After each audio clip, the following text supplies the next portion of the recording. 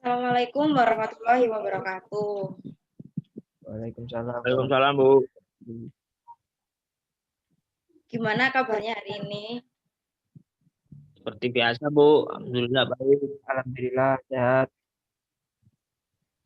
Sebelum kita mulai pelajaran pada pagi hari ini, marilah kita berdoa menurut agama dan kepercayaan masing-masing.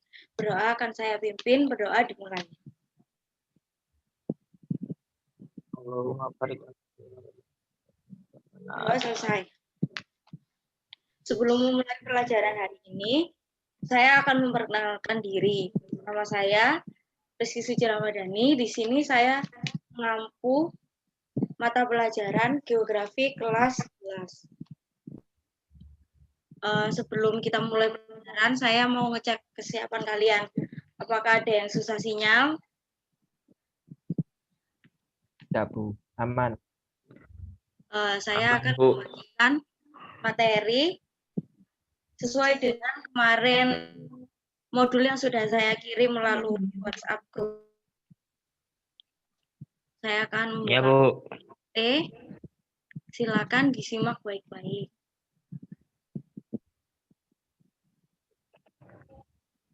Apakah sudah terlihat? Belum, Bu. Pending. Masih Sinyalnya lemah, Ya. Bu. Sebelumnya saya akan mengabsen kehadiran kalian. Apakah ada yang tidak masuk? Tidak ada, Bu. Hadir semua ya. Ya, Bu. Ya. Supaya ini tepat waktu, Bu.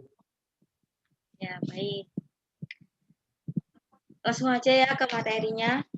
Kali ini saya akan menerangkan tentang bumi sebagai ruang kehidupan. Bu, Apakah screen-nya agak besar, nggak bisa, Bu. Kelihatan, Bu. ya, bentar ya, tunggu. Ya, Bu. Kalau sudah terlihat? Nah, Sudah. sudah, Bu. Masuk. Ya, baik.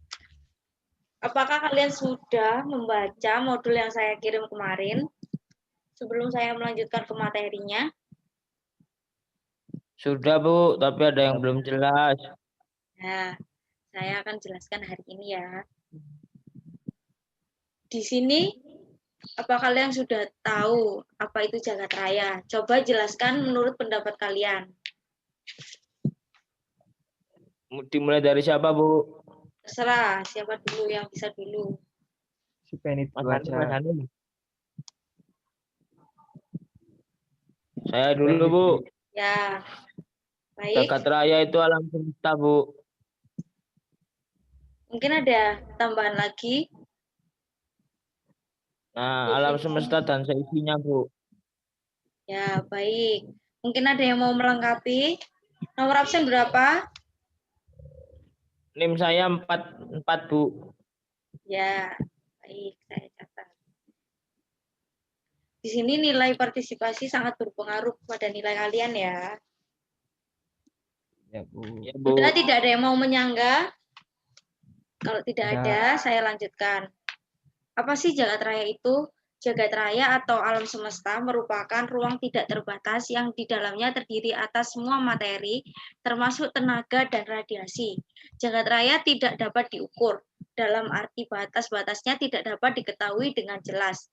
Galaksi, bintang, matahari, nebula, planet, meteor, dan asteroid, komet, dan bulan termasuk dalam jagat raya.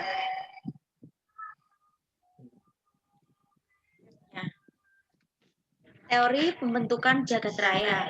Ada beberapa teori yang menyatakan pembentukan jagat raya. Antara lain, yang pertama, teori ledakan besar atau Big Bang, teori keadaan tetap, dan teori mengembang atau memapat. Yang pertama yaitu teori Big Bang. Teori ini menjelaskan bahwa proses jagat raya terbentuk dari ledakan dahsyat yang terjadi kira-kira 13.700 tahun yang lalu. Akibat ledakan ini, materi dengan jumlah yang sangat banyak terlontar ke segala penjuru dan alam semesta. Materi-materi tersebut akhirnya membentuk bintang, planet, debu, asteroid, meteor, dan energi lain. Teori Big Bang ini didukung oleh seorang astronom dari Amerika Serikat. Berdasarkan pengamatannya, yang dilakukan menunjukkan bahwa jagat raya ini tidak bersifat statis. Semakin jauh jarak galaksi dari bumi, semakin cepat proses pengembangannya. Penemuan tersebut dikuatkan lagi oleh ahli astronomi dari Amerika Serikat yang mengukur tahap radiasi yang ada di angkasa raya. Penemuan ini kemudian oleh para ahli sains dan menggunakan alat NASA yang bernama COBE antara tahun 1989 sampai 1993. Yang kedua ada teori keadaan tetap.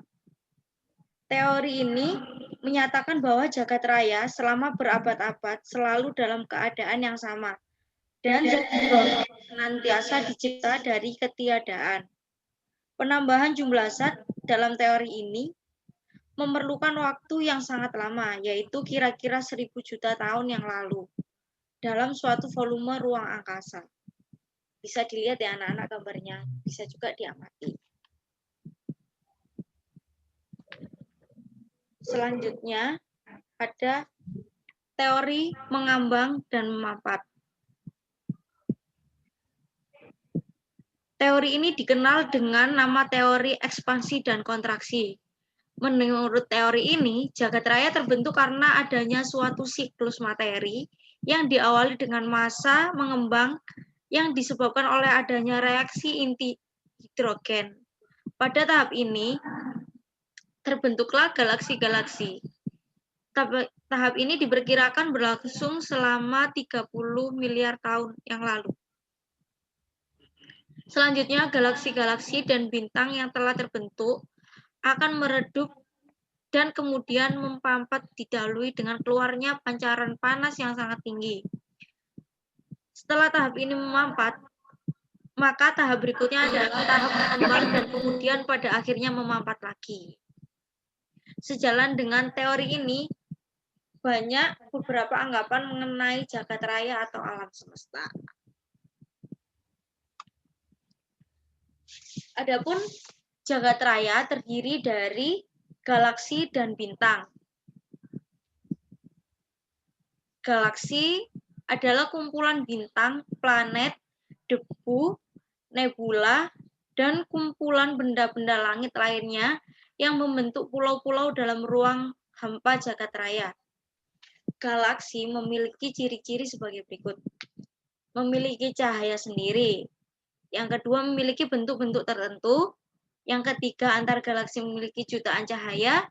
Yang keempat, galaksi luar dapat dilihat dari galaksi Bima Sakti. Macam-macam bentuk galaksi berdasarkan bentuknya.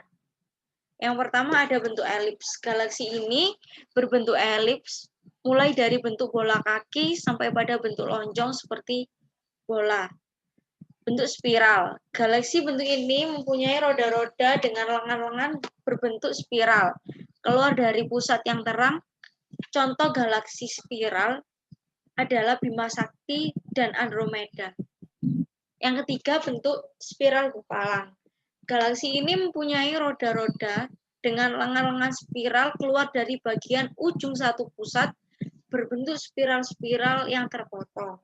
Dan yang terakhir, bentuk tidak beraturan. Galaksi ini berbentuk tidak beraturan, tidak mempunyai bentuk tertentu. Contohnya galaksi awan Magellan. Selanjutnya ada macam-macam galaksi. Yang pertama adalah galaksi Bima Sakti. Galaksi Bima Sakti merupakan galaksi yang kita tempati, termasuk matahari sebagai anggotanya. Galaksi Bima Sakti dinamakan Milky Way dengan diameter 120.000 tahun cahaya dan berbentuk spiral. Kalian bisa mengamati ya di sini nih, ini galaksi Bima Sakti. Selanjutnya, galaksi awan Magellan. Galaksi awan Magellan adalah galaksi terdekat jaraknya dengan Bima Sakti. Jarak keduanya adalah 160.000 tahun cahaya. Selanjutnya, galaksi Andromeda. Galaksi ini berdiameter 180.000 tahun cahaya dengan jarak Bima Sakti adalah 2.200.000 tahun cahaya. Selanjutnya, galaksi jauh. Galaksi jauh terletak lebih dari 10.000 tahun cahaya dari Bima Sakti. Nih, ya. Sekalian lihat. Selanjutnya, Bu. bintang. Bintang adalah benda langit yang mampu memancarkan cahaya sendiri. Apa di sini kalian pernah melihat bintang? Ada yang tidak pernah melihat bintang? Pernah, Bu, waktu naik gunung. Oh, Waktu malam hari. baik, saya jelaskan bintang ya. Bintang adalah benda langit yang mampu memancarkan cahaya sendiri. Adapun ciri-ciri dari bintang, yang pertama, unsur-unsur yang terdapat di bintang galaksi Bima Sakti yaitu 71% pembentuknya adalah hidrogen, 27% adalah helium, serta unsur-unsur yang lebih kuat. Yang kedua, suhu di daerah inti bintang dapat mencapai jutaan derajat Celcius. Yang ketiga, sebagian besar umur bintang antara 1 sampai 10 miliar tahun. Bumi merupakan sebagian dari gumpalan gas besar yang berasal dari pembentukan matahari. Gumpalan gas yang besar tersebut selalu dalam keadaan berputar. Karena sesuatu hal, terlepaslah sebagian massa gumpalan itu. Walaupun terlepas sangat jauh, gumpalan itu masih tetap berputar, terus-menerus mengelilingi gumpalan besar atau matahari. Gumpalan-gumpalan yang terpisah tersebut setelah mengalami proses pendinginan akan memadat dan menjadi planet. 8 planet yang termasuk dalam susunan tata surya adalah Merkurius, Venus, Bumi, Mars, Jupiter, Saturnus, Uranus, dan Neptunus. Dari gumpalan planet, terlepas pula sebagian gumpalan massa yang berputar mengelilingi gumpalan asalnya, yang disebut dengan bulan atau satelit. Kejadian tersebut memakan waktu yang sangat lama. Jadi, kondisi bumi yang seperti sekarang ini baru terjadi setelah berjuta-juta tahun yang lalu. Setelah bumi mendingin, berubah dan menjadi cairan, lama-kelamaan bagian luarnya memadat sehingga permukaan bumi dapat ditempati oleh manusia, tumbuhan, serta makhluk hidup lainnya. Oleh karena itu, proses terbentuknya bumi tidak terlepas dari proses terbentuknya tata surya. Tata surya adalah sekelompok benda langit yang terdiri atas matahari sebagai pusat dan sumber cahaya yang dikelilingi oleh planet-planet beserta satelit-satelitnya, asteroid atau planetoid, komet, dan meteor. Selanjutnya saya akan memaparkan tentang teori pembentukan tata surya. Di sini apa ada yang tahu? Apa aja sih teori pembentukan tata surya? Kalau tidak ada yang tahu, saya lanjutkan untuk menjelaskan. Yang pertama ada teori kabut. Teori ini menyatakan bahwa tata surya pada awalnya masih berupa kabut. Kabut ini terbentuk dari debu, es, dan gas yang disebut nebula. Unsur gas sebagian besar berupa hidrogen. Karena gaya gravitasi yang dimilikinya, kabut itu menyusut dan berputar. Akibatnya, suhu kabut memanas dan akhirnya menjadi bintang raksasa yang disebut matahari raksasa. Matahari raksasa tersebut terus menyusut dan berputarnya semakin cepat. Dan selanjutnya terbentuk cincin-cincin gas yang kemudian terlontar ke sekeliling matahari. Akibat dari gaya gravitasi gas-gas tersebut, gas tersebut memadat seiring dengan penurunan suhunya dan membentuk planet-planet dan salah satunya adalah bumi. Yang kedua, ada teori planetesimal. Teori ini mengungkapkan bahwa pada mulanya telah terdapat matahari asal. Pada suatu ketika, matahari asal ini didekati oleh sebuah bintang besar yang menyebabkan terjadinya penarikan pada bagian matahari. Akibat tenaga menarikan matahari asal tadi, terjadilah ledakan-ledakan yang sangat hebat. Gas yang meledak ini keluar dari atmosfer matahari, kemudian mengembun dan membeku sebagai benda-benda yang padat dan disebut planetesimal. Planetesimal ini dalam perkembangannya menjadi planet-planet dan salah satunya adalah planet bumi. Pada dasarnya proses teoritis terjadinya planet-planet dan bumi dimulai dari benda berbentuk gas yang bersuhu sangat panas. Kemudian karena proses waktu dan perputaran yang sangat cepat, maka terjadi pendinginan dan menyebabkan pemadatan pada bagian luar.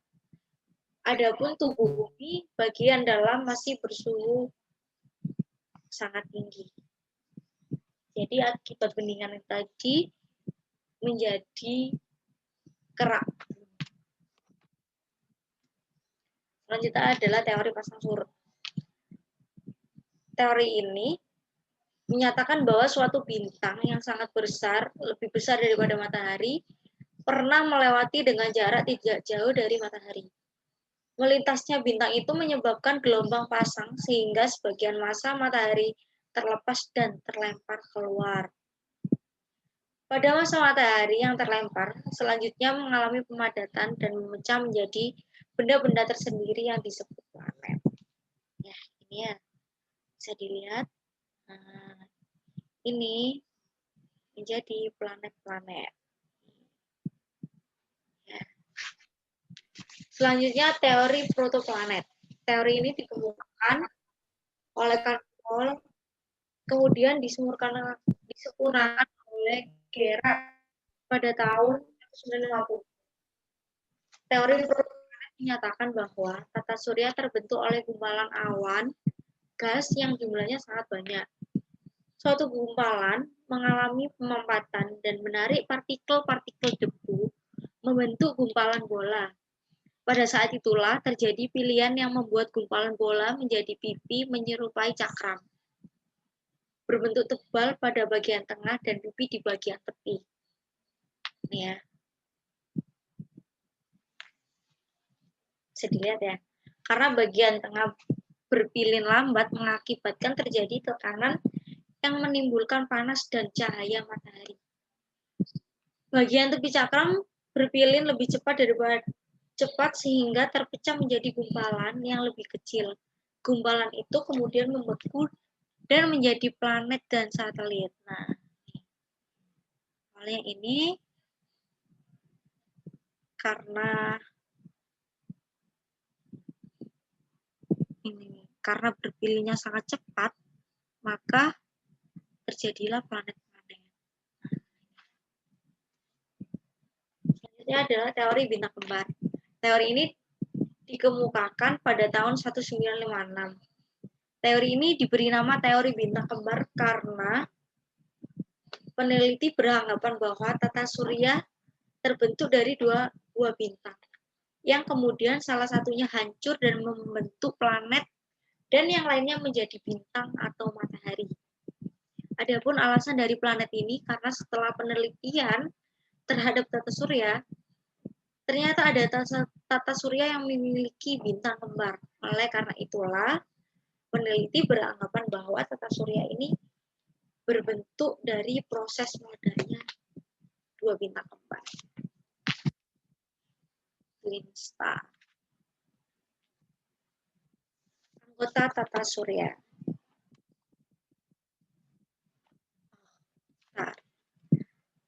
Nah, ya. Nah, anggota tata surya dari anggota tata surya. Anggota tata surya. Yang pertama adalah galaksi. Galaksi terdiri atas berjuta-juta bintang dengan segala jenis bentuk dan ukuran. Salah satu di antara jutaan bintang tersebut adalah matahari, yang mempunyai sejumlah anggota dan membentuk suatu susunan yang disebut dengan tata surya.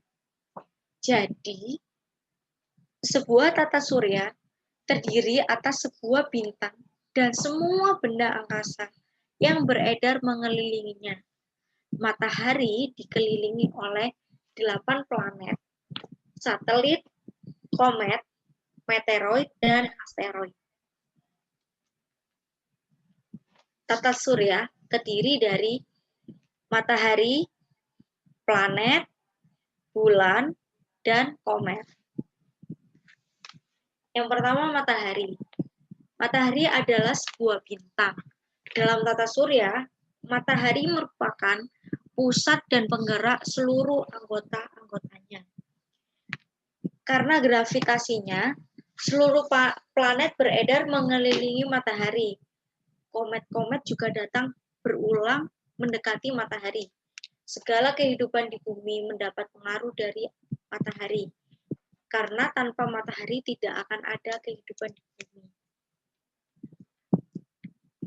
Struktur lapisan matahari terdiri dari inti, zona radiatif, zona konektif, fotosfer, kromosfer, korona, bintik matahari, dan lidah api. Selanjutnya adalah planet. Planet adalah benda langit yang gelap, tidak mempunyai cahaya sendiri, dan selalu beredar mengelilingi sebuah bintang sejati, yaitu matahari. Adapun ciri-ciri planet menurut Perhimpunan Astronomi Internasional adalah sebagai berikut. Yang pertama, mengorbit ke matahari. Yang kedua, berukuran cukup besar sehingga mampu mempertahankan bentuk bulat. Mempunyai massa yang cukup bagi gaya gravitasinya. Selanjutnya, telah menyingkirkan objek lain di sekitar orbitnya, tidak memiliki cahaya, dan memiliki satelit. Lalu bagaimana dengan planet Pluto? Apakah Pluto disebut dengan planet? Adakah yang bisa menjawab? Tidak, Bu. Pluto bukan planet. Mengapa demikian? Karena menurut saya Pluto itu termasuk ke dalam bintang. Ini ada yang mengatakan? Baik. Tapi bukannya Pluto pernah ikut dalam susunan tata surya, Bu? Ya, saya jelaskan ya. Kalau kita memperhatikan ciri-ciri planet tersebut, maka Pluto tidak termasuk planet. Karena tidak memenuhi syarat di atas, maka di mana orbit Pluto memotong orbit planet Neptunus. Sehingga dalam perjalanannya mengelilingi matahari, Pluto kadang lebih dekat dengan matahari dibandingkan dengan Neptunus. Tetapi Pluto termasuk dalam planet kerdil. Adapun planet kerdil memiliki ciri-ciri yang pertama, mengorbit matahari, mempunyai bentuk hampir bulat, mempunyai massa yang cukup tinggi, lalu mempunyai massa belum menyingkirkan objek-objek lain di sekitar orbitnya. Yang keempat, bukan satelit. Ini adalah planet-planet yang ada di tata surya. Yang pertama, Merkurius, Venus, Bumi, Mars, Jupiter, Saturnus, Uranus, Neptunus, dan Pluto. Pengelompokan planet berdasarkan letaknya.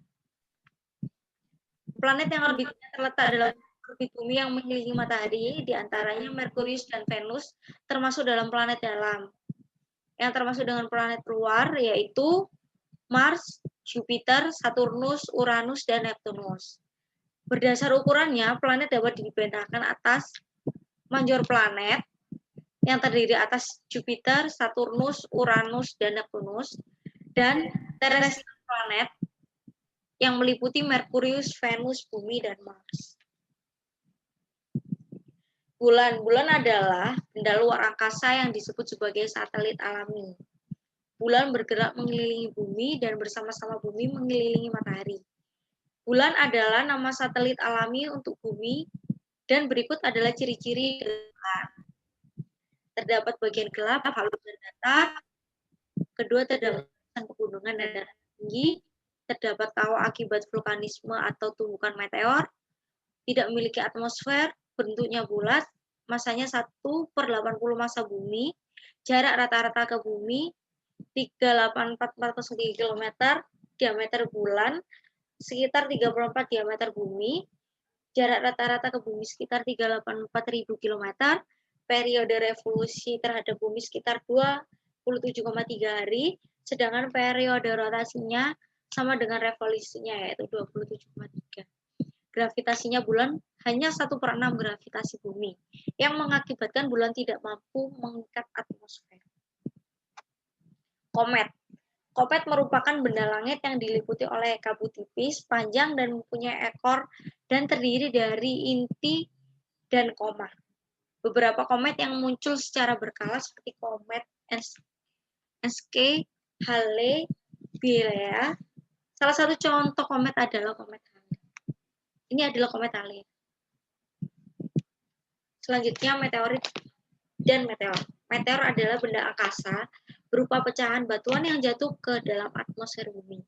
Meteor yang tidak habis terbakar di atmosfer bumi dan sampai ke permukaan bumi disebut meteorit. Meteorit ya. Tumbuhan meteorit berukuran besar seringkali menimbulkan lubang besar di permukaan bumi yang disebut dengan kawah meteoroid. Contohnya kawah meteoroid Arizona di Amerika Serikat yang lebarnya sekitar 1.265 meter. Yang terakhir, asteroid atau planetoid. Asteroid atau planetoid adalah benda-benda langit berukuran kecil yang bergerak mengelilingi matahari. Sebagian besar asteroid ditemukan antara orbit Mars dan Jupiter. Dalam orbit ini terdapat lebih dari 1.150 asteroid yang memiliki diameter lebih dari 30 km. Dalam tata surya kita diperkirakan terdapat 30.000 asteroid dan 6.000 diantaranya telah diketahui oleh pasti orbitnya. Sekian, ada yang mau ditanyakan? Ada, Bu. Ya, silakan ditanyakan. Itu, Bu, coba di slide bulan, Bu.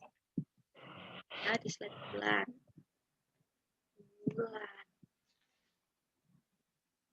Nah, itu, Bu. Yang K, gravitasinya bulan hanya 1/6 gravitasi bumi. Akibatnya bulan tidak mampu mengikat atmosfer. Itu gimana ya, Bu, maksudnya? Karena gravitasi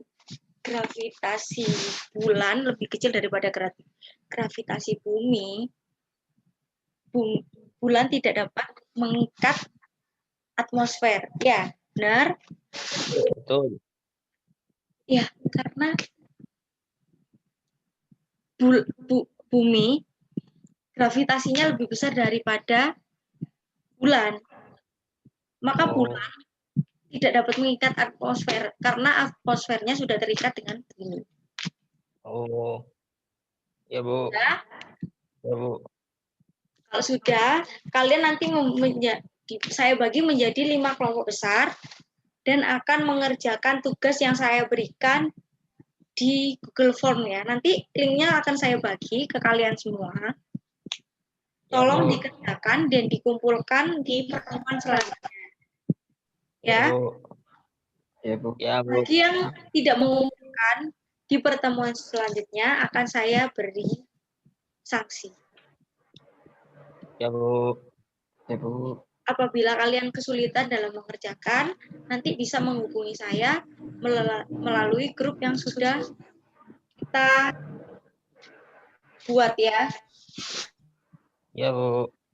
Ya, Bu. Saya pikir cukup pertemuan hari ini. Sebelum kita mengakhiri, saya mohon maaf apabila dalam menyampaikan materi hari ini saya ada kurang lebihnya.